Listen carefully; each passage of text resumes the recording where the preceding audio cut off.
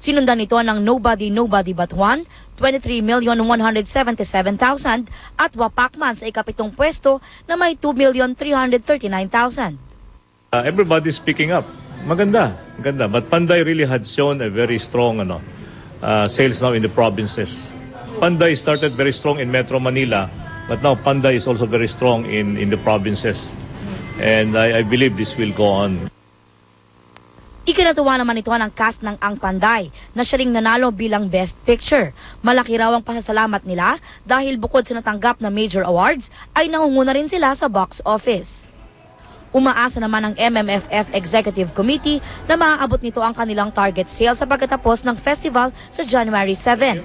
Maganda raw kasi ang ipinapakita ng mga pelikula sa takilya. Last year we had 451 million. Ang target natin ngayon 500 million or half a billion. And nandun pa rin yung ating nandun pa rin yung aming enthusiasm at sa tingin namin aabot tayo.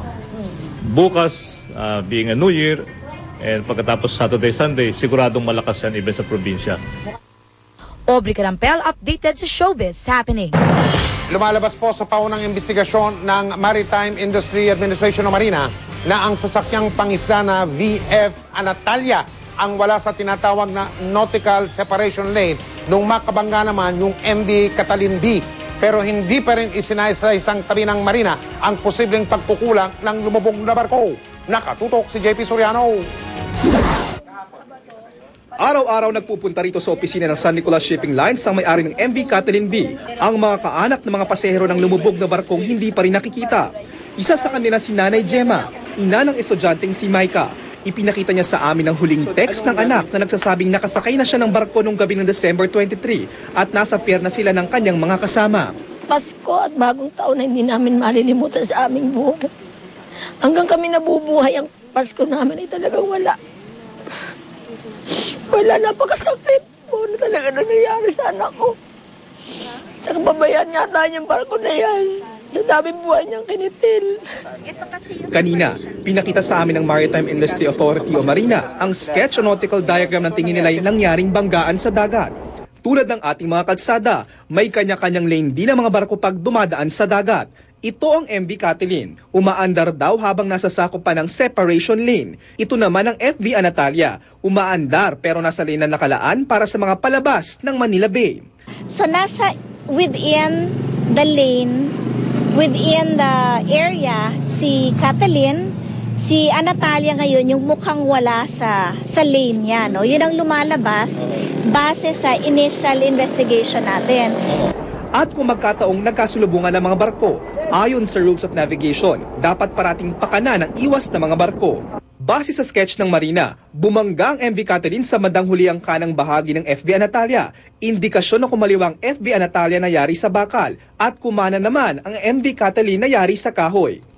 Gayunpaman, hindi pa rin maisasantabi ng Marina ang posibilidad na may kakulangan ng signal light ng Catalin. Kasi pagka yung boat nag-steer siya to the right, green yung makikita nila.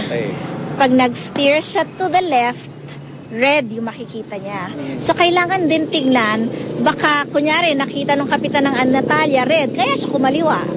Todo tanggi naman ng Philippine Mariner Aquaventure Corporation ang may-ari ng Antalya na sila ang may kasalanan sa banggaan. Sila raw ang nasa tamang daan at ang MV Catalin B ang bumangga sa gilid na bahagi ng fishing vessel.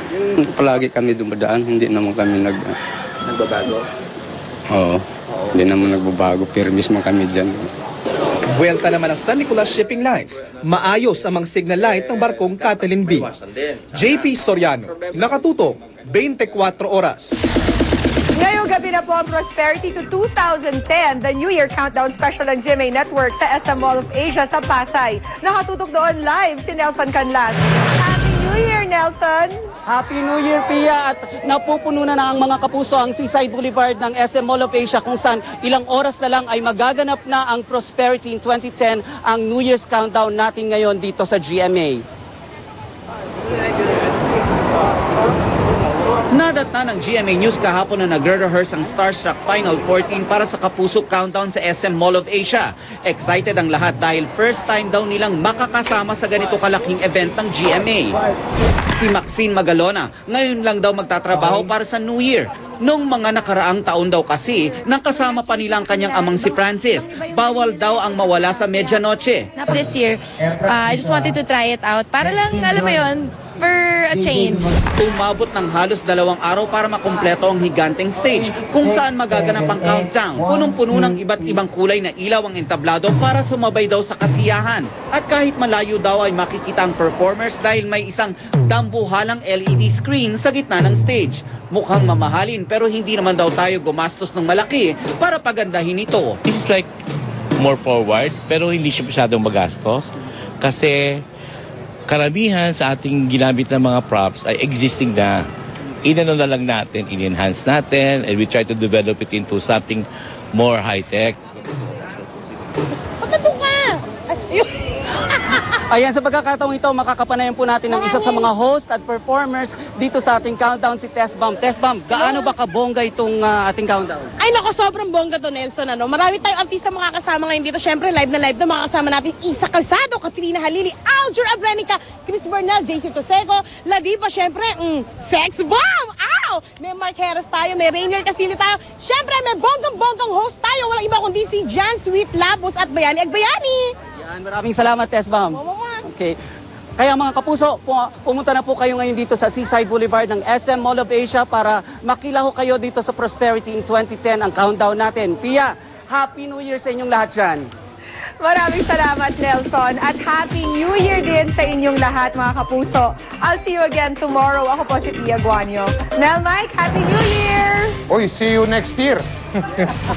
Oo nga, bukas next year na, no?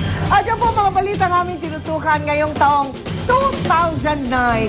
Maraming salamat sa inyong pagtitiwala hanggang bukas, 2010 na. Happy New Year po sa inyong lahat. Manigong bagong taon, mga kapuso. Mula sa tahanan ng katotohanan, ako po si Mel Tiangco.